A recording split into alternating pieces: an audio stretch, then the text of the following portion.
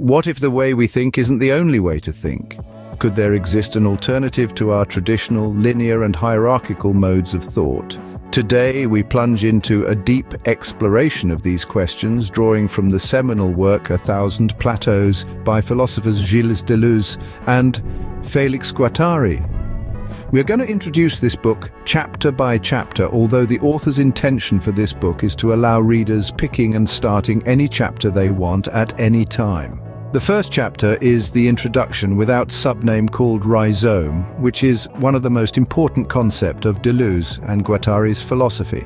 Dive into the world of the root book, a classic representation of traditional thought. Like a tree, the root book grows in a centralized, hierarchical manner, branching off from a single trunk into various sub-themes, all stemming from a core idea. This mode of thought follows a binary logic, limiting its evolution to a singular path, akin to a tree confined by its roots. But what if thought could be free, unrestricted by a central stem or a dominant narrative? Enter the rhizome, a concept that flips the root book on its head.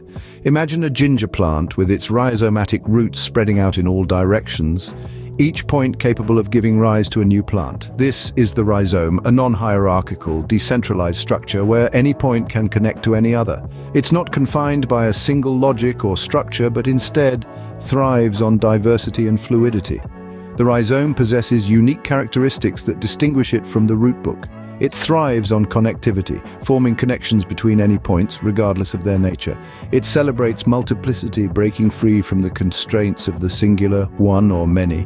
It grows in the middle without a definitive beginning or end and is not reliant on a centralized control or memory. The rhizome is akin to a map, constantly open to modifications and reconnections with multiple entrances and exits. Deleuze and Guattari critique traditional thought, arguing that it hinders the diversity and fluidity of thought. Like a road with set paths, traditional structures tend towards centralization and stratification. In contrast, the rhizome offers an open, dynamic mode of thinking, like a field where one can roam freely in any direction. The authors propose a new approach to writing, reflecting the rhizome's characteristics. They advocate for a non-linear, non-hierarchical practice, where writing becomes a creative act, not merely a replication of existing concepts and structures.